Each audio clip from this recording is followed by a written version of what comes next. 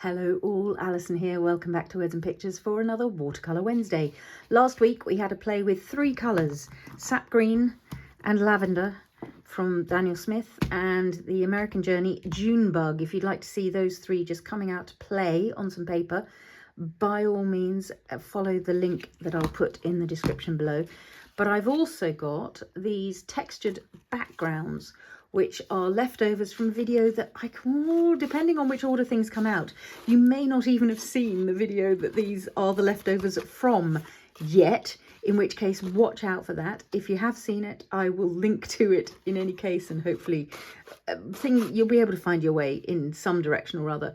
So I just want to explore putting some of these three colours over this texture. There will be a certain amount of resisting going on, and maybe a certain amount of absorbing going on. Some of this is gesso, some of this is texture paste, some of this is even crackle paste, even though there isn't really enough of it to crackle. But I just wanted to use these three colours that are still in my palette, still mixed up and ready to go, to reveal some of the texture that is happening on these pieces of card. It was just a little, they were mop-ups really. They weren't part of the main game in any way, shape or form, but I think that it might be quite interesting. And even once I've got the watercolour on, there are going to be other ways that I can highlight these, maybe with distress crayons, maybe with distress pencils, maybe with some metallic waxes. But for now, I just want to get some colour onto them. And again, it's about letting these three beautiful colours mix as they arrive here. I'm not really mixing them up before I start. Well, there's almost no texture at all on here. I'm adding quite watery mixes so that they have a chance to move around on the paper. And then as they dry, I'll add in some extra bits. The texture is subtle at the moment, but there are places where it's getting highlighted by what's going on. What we might also do, because they are a form of watercolour, is add in some of the paper artsy infusions. That would be another way to, oh, look at that sap green over the top of there. Maybe what I need to do is add a bit more definite colour, because that has caused a really lovely thing to happen. I mean, there is a bit more texture on that one. So I'm going to add a little bit more Junebug into there and a little bit more Lavender into there. These are getting quite messy and mixed up, but that's fine. This is sort of mixed media watercolour as opposed to purists watercolour.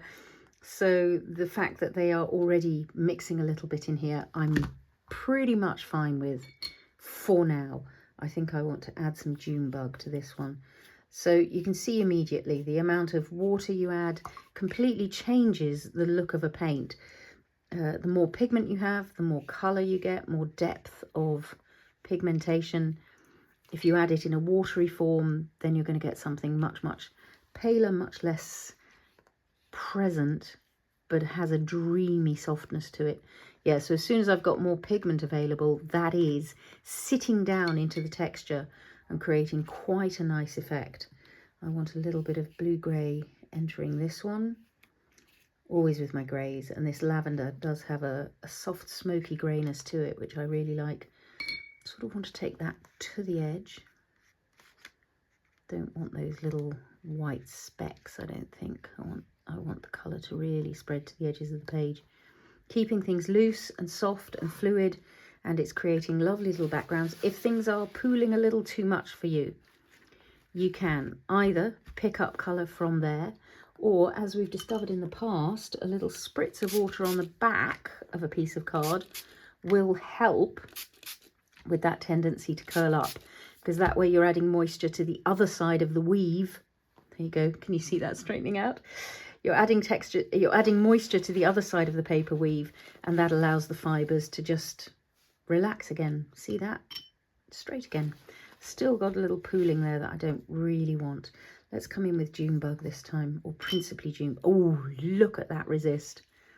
So that's a really effective bit of resisting. I'll have to go back and watch the videos myself to find out which that is on there. I think it might be the gesso that I used with that stencil.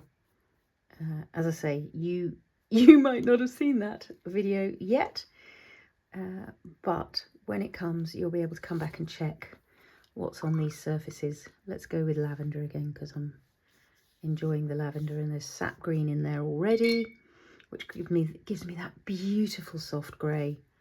Do love that.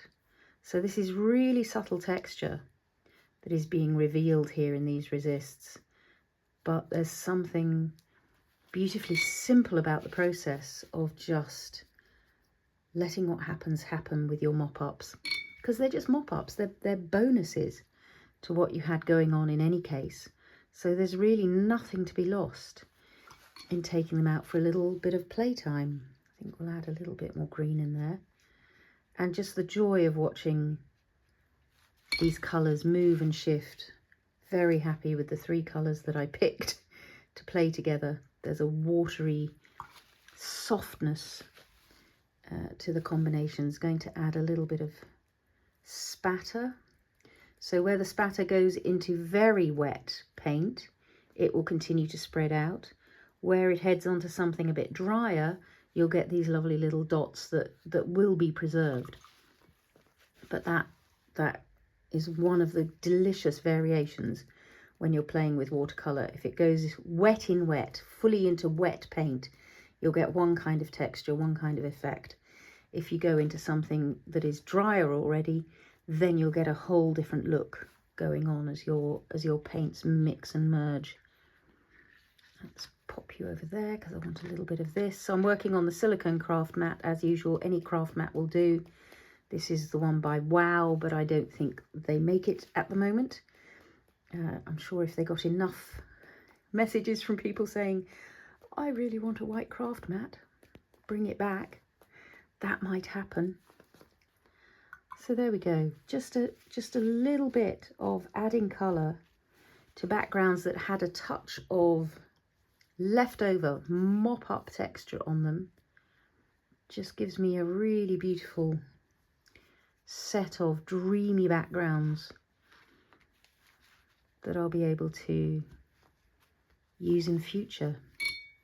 I sort of want to intensify the colour on this one a little bit. I'm very happy with this one staying really soft and almost invisible. But I just want a little bit more colour on a couple of the others, so I've got a variation of tone. Real depth here, a little bit of depth here, slightly lighter, lighter again.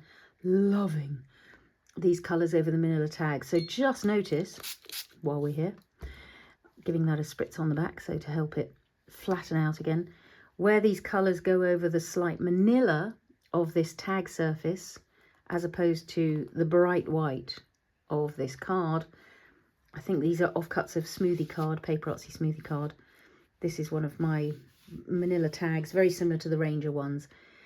You get a much more acid green out of the sap green because it's going over that yellow colour, as opposed to the colours you get when it's on the white card. So that's as simple as it is for today's Watercolour Wednesday. As I've mentioned before, I'm going to be a little bit quieter in June. You'll get your videos.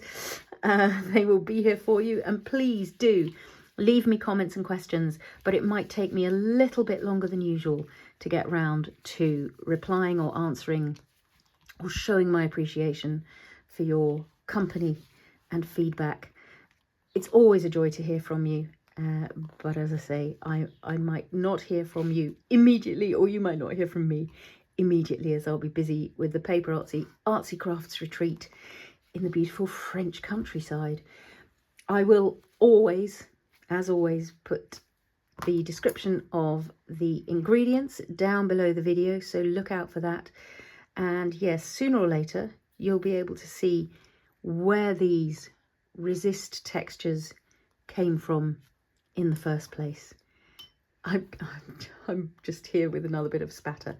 Now that this one is dried a little bit more, I want to get a little bit more spatter action going on. So you may, when you come back for the close-up, see that I've been indulging myself with spatteriness. Thanks so much for your company, and happy crafting all.